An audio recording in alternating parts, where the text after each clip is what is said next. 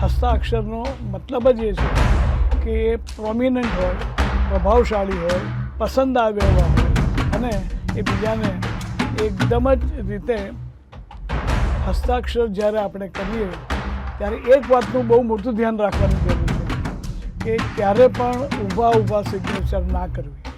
કોઈની સિગ્નેચર જો આપ જુઓ તો આપ કેવી રીતે એને જુઓ છો અને શું શું બતાવી શકો? તમારા મગજમાં જે પ્લાનિંગ ચાલતું હોય એ પ્લાનિંગને જો સફળ કરવું જ હોય તો પછી વ્યવસ્થિત રીતે સિગ્નેચર કરવી જરૂરી છે. ગમે તેમ અક્ષરો લખી નાખો, એ અક્ષરો કપાઈ જાય, દબાઈ જાય, નિસ્તેજ બની જાય, એકબીજા પર ચડી જતા હોય, આવા બધા અક્ષરોથી તમારું મગજ કઈ જગ્યા કઈ દિશામાં જ વધે છે એનો અંદાજ આવી જ શકે. નમસ્કાર, આપ જોઈ રહ્યા છો યુટીસી ન્યૂઝ. આપણે આપણા જીવનકાળમાં આપણા ભવિષ્યને જોવા માટે, ભૂતકાળને જોવા માટે અને વર્તમાનમાં શું થશે તેને જોવા માટે આપણે ઘણા બધા કાર્યો કરતા હોઈએ છીએ. જાણે કે કુંડલી પર વિશ્વાસ કરતા હોઈએ કે પછી કોઈ જ્યોતિષને બતાવતા હોઈએ. ઘણી બધી એવી વસ્તુઓ છે સમાજમાં જેની પર લોકો વિશ્વાસ કરતા હોય છે. આજે અમે આપને એક એવી વાત કહેવા જઈ રહ્યા છે કે જે તમે કોઈ જગ્યા પર જ સાંભળી હશે કે તો પછી નહીં સાંભળી હોય. તમારી જે સિગ્નેચર છે, તમે જે સાઇન કરો છો, તેનાથી તમારું વ્યક્તિત્વ કેવું છે, તમારું ભવિષ્ય કેવું થઈ શકે છે અને જો સિગ્નેચરમાં થોડી ઘણી આપણે સુધારો કરી દઈએ તો ઘણું બધું બદલાઈ બી શકે છે. આ પ્રકારના દાવાઓ પણ હવે થઈ રહ્યા છે. આપણી સાથે પંડિત વ્રજકિશોરજી આપણે જોડાયા છે અને તેઓ સિગ્નેચર જોઈને તમારા જન્મ તારીખ પ્રમાણે તમારું ભવિષ્ય પણ બતાવી શકે છે અને એને થોડું ઘણું સુધારી પણ શકે છે એવો દાવો એમનો છે ને આપણે એમની સાથે વાતચીત કરીશું. સાહેબ, જેમ મેં કીધું કે ઘણી બધી આવી પ્રક્રિયાઓ છે કે જેનાથી આપણે કોઈનું ભવિષ્ય જોઈ શકીએ કે થોડું ચેન્જ કરી શકીએ. આપ સિગ્નેચર જોઈને કરો છો તો આ શું છે? સિગ્નેચરને આપણે ગુજરાતીમાં હસ્તાક્ષર કહીએ. હસ્તાક્ષર એમાં જ હસ્તા અક્ષર એવો ભાવ નીકળે છે. અક્ષરો જ્યારે લખીએ ત્યારે એ હસતા હોય એવા લખાવા જોઈએ. હસ્તાક્ષરનો મતલબ જ એ છે કે એ પ્રોમિનન્ટ હોય, પ્રભાવશાળી હોય, પસંદ આવે એવા હોય અને એ બીજાને એકદમ જ રીતે સમજાવી શકે કે એમાં એ શું કહેવા માગે છે. હસ્તાક્ષર વાંચવા, હસ્તાક્ષર કરવા એ બે અલગ વાત છે. હસ્તાક્ષર જ્યારે આપણે કરીએ ત્યારે એક વાતનું બહુ મોટું ધ્યાન રાખવાની જરૂર છે કે ક્યારે પણ ઊભા સિગ્નેચર ના કરવી. સૌથી પહેલાં તો આપણું માઇન્ડ સારું હોય, મૂડ સારો હોય અને સહી કરવાની આવે તો આપણે સહી જ્યારે કરીએ ત્યારે વ્યવસ્થિત રીતે પર્ટિક્યુલર ટાઈપની પેનથી જ કરવી જોઈએ એવું મારું માનવું છે. હસ્તાક્ષરમાં ફેઇન્ટ અક્ષરો, નિસ્તેજ અક્ષરો કે જે ઉકેલી ના શકાય એવા અક્ષરો લખીએ તો એ બધા સંદિગ્ધ એમાં અર્થો આપે છે. પણ સાહેબ, તમે જે કીધું કે એકદમ સ્વચ્છ હોવા જોઈએ અને કોઈ પણ ચેકચૂક ના હોવી જોઈએ, ઊભા થઈને નહીં કરવાનું, પણ આનાથી કોઈની સિગ્નેચર જો આપ જુઓ તો આપ કેવી રીતે એને જુઓ છો અને શું શું બતાવી શકો છો? હસ્તાક્ષર શું છે? આપણા મનનું બિલકુલ પ્રતિબિંબ છે. આપણા મનમાં જે યોજનાઓ આકાર લેતી હોય એ યોજનાઓને આપણે કઈ રીતે આગળ કરવાના છીએ એનું ચિત્ર આપણી સિગ્નેચરમાં આવી જ જતું હોય છે. જે પ્રમાણે એક જગ્યાએ બેઠા બેઠા એક જ સેકન્ડમાં ઇવન તમારા મોબાઈલના વાઇબ્રેશન્સ પણ ના પહોંચે એ પહેલાં તમારું મન પરદેશમાં પણ જવું તો પહોંચી શકે. તમે જે વ્યક્તિને વિઝ્યુલાઇઝ કરવા માગો એને વિઝ્યુલાઇઝ કરી શકો છો. તમારા મગજમાં જે પ્લાનિંગ ચાલતું હોય એ પ્લાનિંગને જો સફળ કરવું જ હોય તો પછી વ્યવસ્થિત રીતે સિગ્નેચર કરવી જરૂરી છે. હેફેઝાર્ડ સિગ્નેચર કરવાનો કોઈ મતલબ નથી. It is as good as you are not signing. On the contrary, તમે સિગ્નેચર બગાડીને તમારું ભવિષ્ય કે તમારા આવવાની જે ઘટનાઓ છે એને બગાડી રહ્યા છો એવું આમાં સમજાય. બસ સાહેબ, લોકો જ્યારે પણ આ બધી વાતો આપણે કરીએ, જ્યારે ભવિષ્ય, ભૂતકાળ, વર્તમાન, તો લોકો કે આ બધું અવિશ્વાસ છે, બધું કર્મ પર જ ચાલતું હોય છે, તો તમે પછી એનો કેવી રીતે જવાબ આપો? એમાં એવું છે કે સિગ્નેચર તમે જે કરો છો એ તમારી જીવંત અવસ્થામાં જ કરી શકો. કોઈ પણ જીવતી વ્યક્તિ જ સિગ્નેચર કરી શકે, મૃત વ્યક્તિ કરી શકે નહીં. એનો અર્થ એક જ થયો કે તમારું વર્તમાન જીવન એ તમારી સિગ્નેચર છે. એની આગળ જે લખાયું ના હોય કશું પણ તો એ ભૂતકાળ છે, અને સિગ્નેચર પછીનું જે કશું લખાયું ના હોય એ તમારો ભવિષ્યકાળ છે. સિગ્નેચરમાં વર્તમાન કાળના આધાર ઉપર અને કુંડળી શાસ્ત્રમાં 5મું અને 12મું ખાનું જોવાથી ભૂતકાળ અને ભવિષ્યકાળ આપણે જાણી શકીએ છીએ. ભૂતકાળ માટેનો શબ્દ બહુ સીધો જ છે. જેને આપણે ભૂતકાળ સમજીએ છીએ તે ચાલુ વર્ષમાં કે અમુક વર્ષો પહેલાં જ્યારે કોઈ ઘટના બની હોય તેને છે. હકીકતમાં ભૂતકાળ એને કહેવાય છે જે પૂર્વજન્મ છે. ભવિષ્યકાળ છે પુનર્જન્મ છે.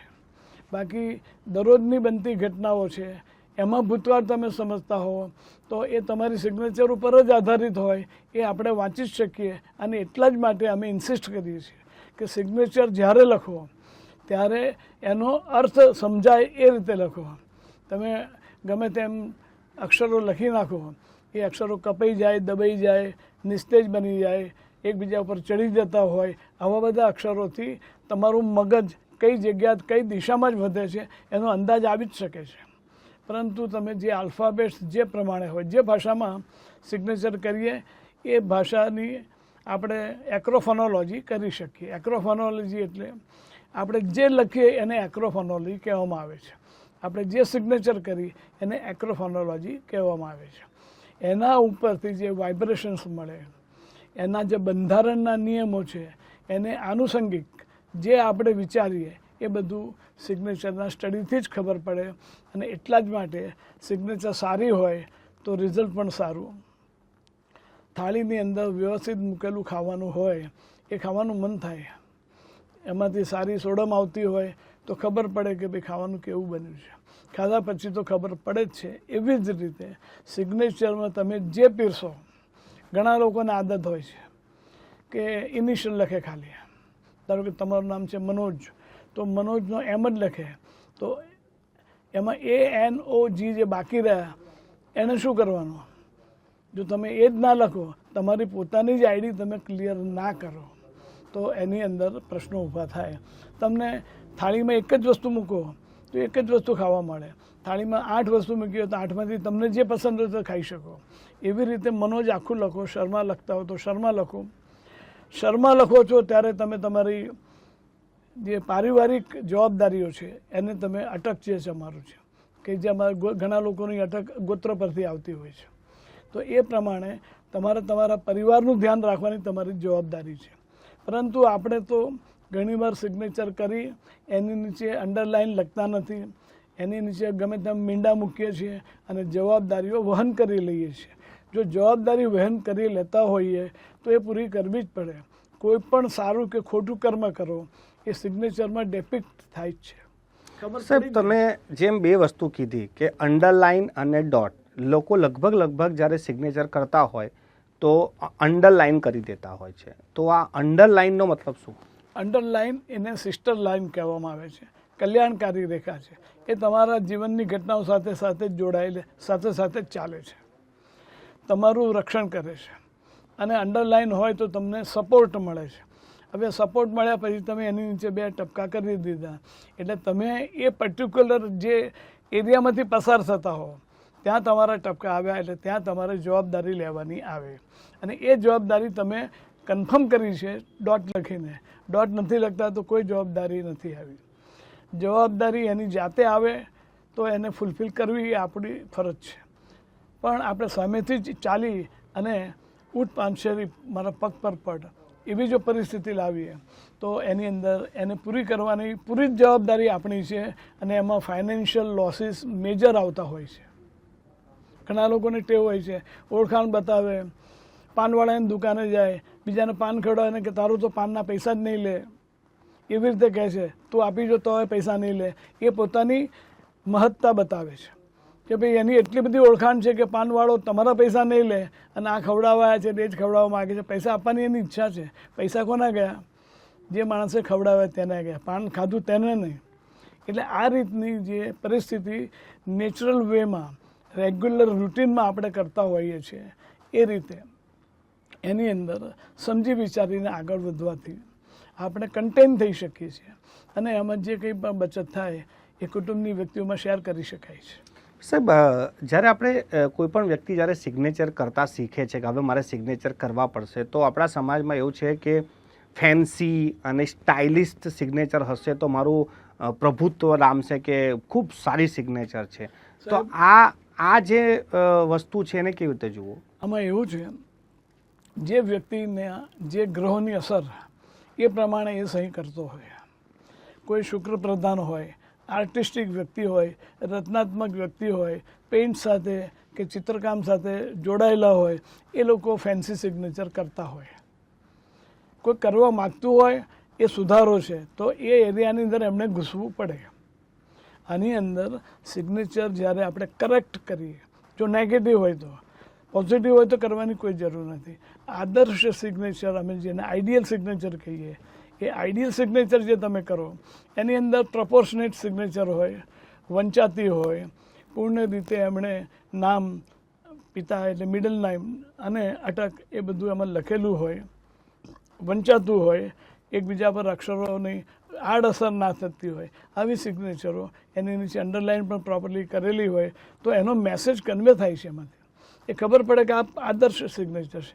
બાકીની બધી ઘણી નેગેટિવ સિગ્નેચરો આવે અને નેગેટિવ સિગ્નેચરો આવે એટલે એ માણસે વકીલ, ડૉક્ટર, જ્યોતિષી એવી બધી ઘણી બધી વ્યક્તિઓને મળવું પડે, કન્સલ્ટન્ટ્સને મળવું પડે, એમનો રસ્તો કાઢવો પડે અને એમાં જે ખર્ચો થાય એ એમણે જે મહેનતથી કમાયેલો હોય એ બધું એમાં વેડફાય. આ એક સિમ્પલ આપણું રોજિંદી આપણી આમ કાર્યક્રમની પ્રક્રિયા છે. સાહેબ, અમારા દર્શકોને એક વાત કહીએ કે જ્યારે સિગ્નેચર કરે ત્યારે તમે જે પહેલો શબ્દ કીધો હતો કે ભાઈ એક સિંગલ ના હોવો જોઈએ, તો તમારા હિસાબે આદર્શ સિગ્નેચર હોય તો સિગ્નેચરનો પહેલો શબ્દ કેવો હોવો જોઈએ? પહેલો અક્ષર મોટો હોવો જોઈએ, ડોમિનન્ટ, પ્રોમિનન્ટ અને ટોલ હોવો જોઈએ.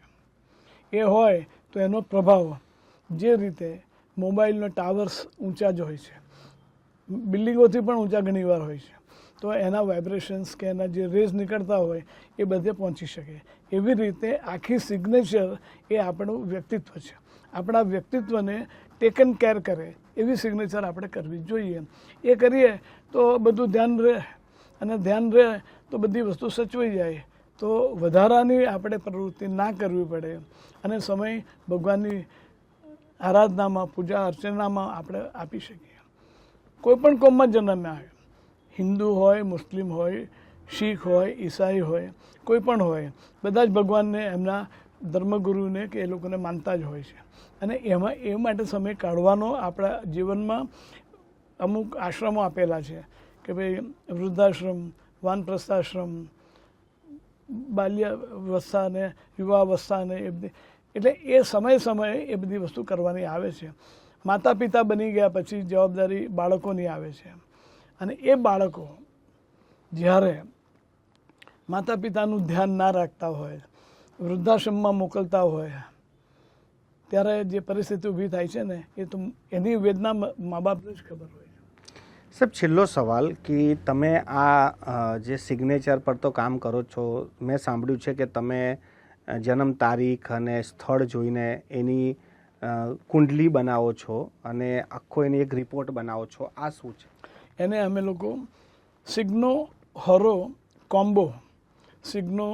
કોમ્બો એનાલિસિસ કહીએ છીએ.